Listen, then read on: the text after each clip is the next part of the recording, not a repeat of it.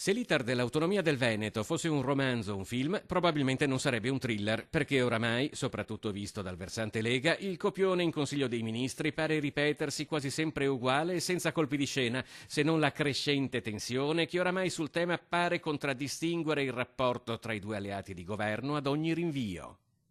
Questo governo è bene che si attivi per darci subito l'autonomia. Il progetto c'è, abbiamo fatto tutti i compiti per casa, non posso più accettare che dai 5 Stelle arrivano frasi come ci saranno cittadini di serie A, di serie B, quello che c'è scritto non va bene, perché allora se è così ci dicano nero su bianco qual è la loro idea di autonomia.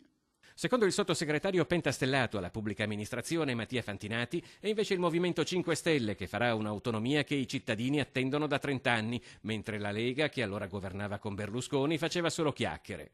Se la riforma non si fa bene, conclude Fantinati, scatenerà solo caos, duplicazioni di competenze, di centri di decisione e di spesa, mentre a pagare saranno i cittadini. Particolarmente duro il deputato veneto Roberto Caon di Forza Italia, per il quale il solo modo per ottenere l'autonomia è togliere la fiducia a un governo che ha dimostrato oltre ogni ragionevole dubbio di non voler arrivare a questo risultato. Questo dovrebbero fare, ha concluso, deputati e senatori veneti di ogni colore politico.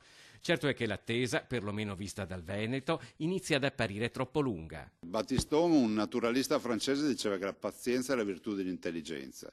Però è pur vero che poi a un certo punto finisce la pazienza. È vero che questo anno, il 2019, nel bene o nel male, sarà segnato dall'autonomia. Se qualcuno ancora non ha capito che direzione ha preso la storia, lo capirà dal popolo, dalle piazze, da tutti.